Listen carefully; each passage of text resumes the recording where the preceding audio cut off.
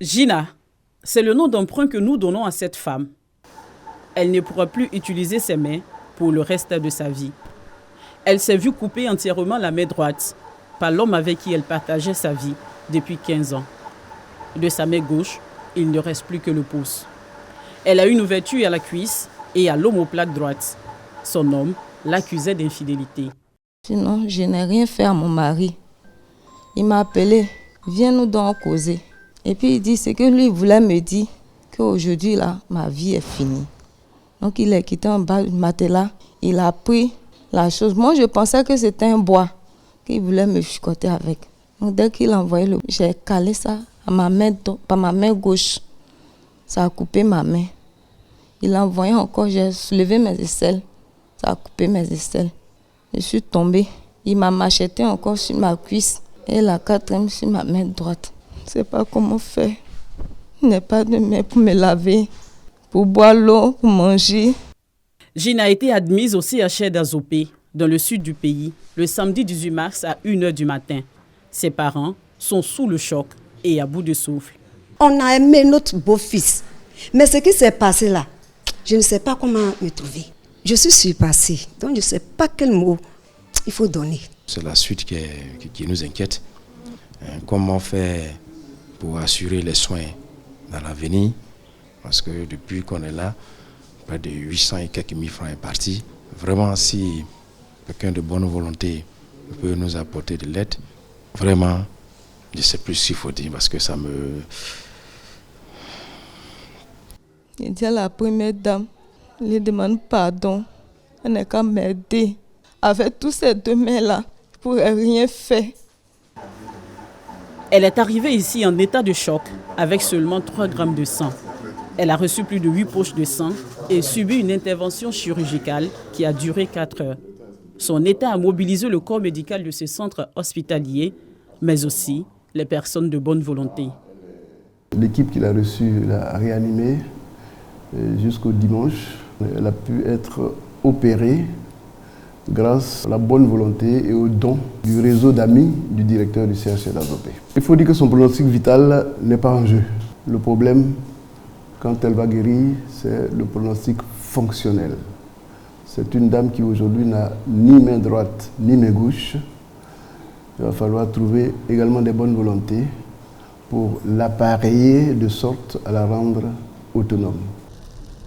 Le douloureux événement s'est produit un peu plus loin à Aféry, dans la nuit du vendredi 17 mars. Sur les lieux, ces traces de sang et cette machette, l'arme du crime.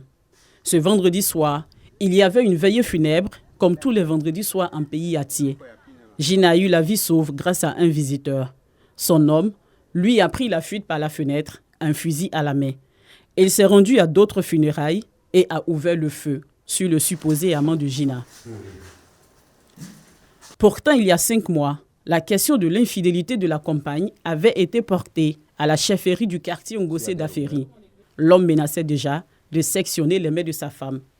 Les mots qui sortent de sa bouche là, vraiment, ça fait peur. Je vais te couper la main. Comme tu as les oreilles dures, je vais t'amputer les mains. Et là, le chef lui a dit que ce n'est pas possible. Tu ne peux pas amputer une main à cause de l'adultère. C'est sa belle-mère même qui a apporté l'affaire devant le chef. Bon, là, après les déclarations de part d'autres, on a trouvé que on a déjà condamné la femme. Le samedi 18, tout le monde est réveillé par cette nouvelle. Mais le problème n'a pu être réglé sous l'abrapalable de la chefferie. Un échec pour ces garants de la tradition. Ils disent être épuisés et impuissants. Les enfants de maintenant n'écoutent pas la chefferie. On a submergé. Nous, on est vraiment fatigués. Quand ils prennent leur show là, on n'est plus écoutés. Est-ce qu'ils ne peuvent pas vous regarder aussi? Ils préparent la drogue, ils la boivent comme la sauce. Mais dans ce cas-là, dans la chambre, on a trouvé dans le gobelet le reste de ce produit-là. Un homme avec un esprit lépide ne peut pas faire ça là. La famille du compagnon de Gina, également sous le choc, joue la carte du pardon. Ça fait mal. Ce qui fait mal, ça fait honte. Donc moi, personnellement, j'ai honte de ça. Parce que c'est pas bien qu'un homme se comporte à la manière. C'est pour cela que je dis, il y a quoi à la famille. Le drame de la nommée Gina n'est pas un cas isolé ici à Aféry. Il y a 2 ans, une autre femme a été découpée par son compagnon dans un champ.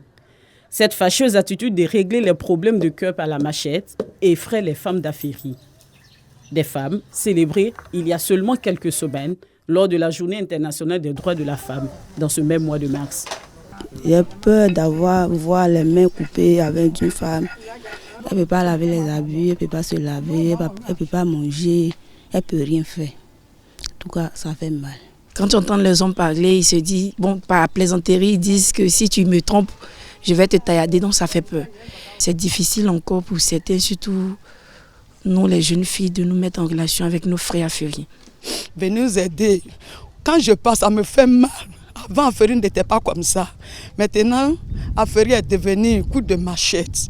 Devenez, nous les femmes, on souffre. Venez nous aider. Nous les femmes, on souffre présentement. Quand je vois le doigt de ma fille, ça me fait 2 jours, 3 jours, je ne dors pas.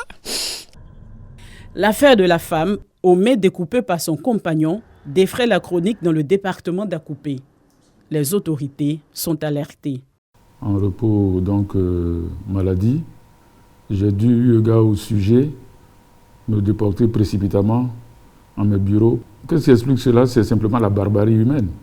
Nonobstant les efforts d'un de leurs fils illustres, le Premier ministre Patrick Achi, qui était encore ici avec nous pour la prière à Aféry le dimanche 12 mars. Je ne puisse pas comprendre que des chefs qui sont régulièrement aux côtés du préfet, on leur explique, autant que faire se peut, le comportement qu'il faut avoir. Mais ils s'adonnent à des tribunaux d'exception. Nous allons encore accentuer la sensibilisation, mais cette fois avec la farouche volonté de mettre hors d'état de nuire ceux qui s'adonnent à ce genre de pratique.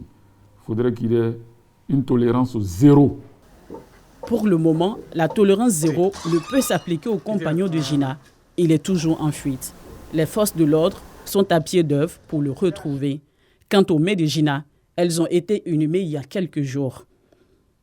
Âgée de 40 ans, mère d'une fille et grand-mère d'un petit garçon, Gina, désormais personne en situation de handicap, va réapprendre à vivre.